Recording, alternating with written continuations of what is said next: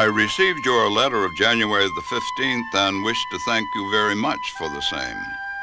In regard to my becoming associated with the Knox Woolen Company, owing to the very unusual circumstances, I'm going to bore you with a thumbnail sketch of how it came about. I'm a machinist by trade, having... When Mr. Babb, the old gentleman that owned this mill years ago when I came in here, it was always said that it is not quantity, it is quality. That's what they wanted. That's what they wanted. If you're getting paid, you should do the best you can.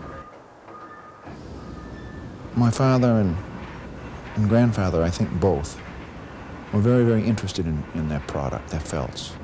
They loved them. They were interested in them. They didn't spend a lot of time reminiscing on what was back, but really wanted to, loved their product.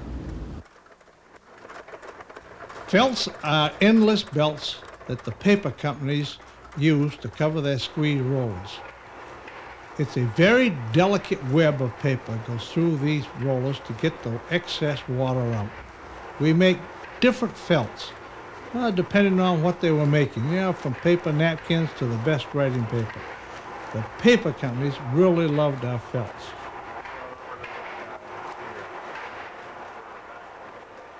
We suppose there are mighty few carded woolen mills in the United States, or even the whole wide world, that are so successful as the Knox Woolen Company at Camden, Maine.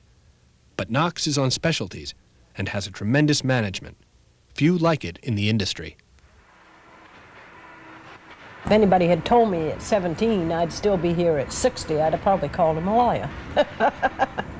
But we couldn't have found a better place to work or better people to work for. For the regular run-of-the-mill employees, no, it wasn't the money, I don't think. It was the steadiness of it.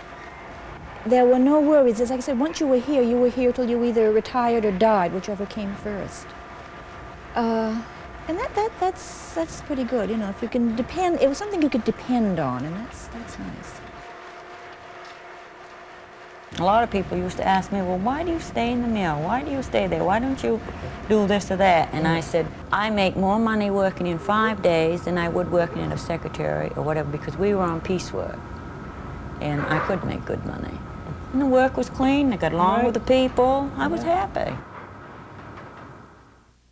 You can imagine that never having worked a day in a textile mill, I was taking on some job coming to the Knox Woolen Company as overseer of weaving.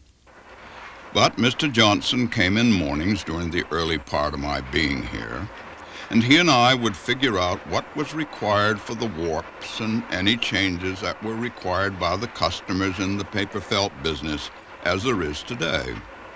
We worked it out in this manner until I was able to take over. Oh, every time I came down the street, I'd come in the mill, see if I could get a job. I don't know whether I pestered them so much that they gave me the job, but one fellow went out sick, and they said I'd have a job for a week till he'd come back. But he turned out to be pretty sick, and probably 6 weeks before he came back. And in the meantime, the boss weaver came up and asked me if I wanted to learn to weave. Well, when the fellow came back, I went downstairs and they taught me to weave. And I've been here ever since.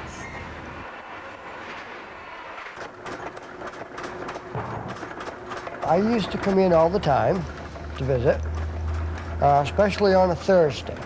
That was my best time to visit, because I come in at a certain time, he gets paid. I ask, Dad, have you got $1 that I can borrow? Yeah, they always paid the cash back then. Yes. Can I borrow $1.25 for hot lunch? In turn, I don't go to hot lunch. I go down to my grandmother's. Did you know about that? Yep. Oh, okay. Surprise. See? March next, I will have been with the Knox Woolen Company 67 years. There is now a new element coming into the picture, and that is the use of synthetic fiber in place of wools. There is but one party who insists on pushing these synthetic felts, although if it finally succeeds, probably not more than half as many felts will be used as at the present time. And with the reduction in number of felts used, some of the felt mills will undoubtedly have to go out of the business. When synthetics like Dacron and nylon came along, everything changed around here. It wasn't as easy to work with, and we needed new machines. You know, we used to start with wool right from the sheep. Now we have to buy these raw materials to make felts. It makes it hard because you can't control the quality. I think that we have the best organization at the present time that the Knox Woolen Company has ever had in its history, and will be able to stay in the business with any of our competitors. Yours very truly, C.W. Babb, Treasurer, January the 30th, 1953.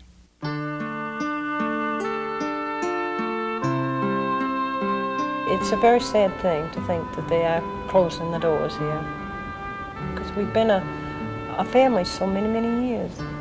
It won't seem like Camden without this mill here. This has been here for this has been over our life. 100 years, and it's been our life and many more people before us. It's not going to seem right.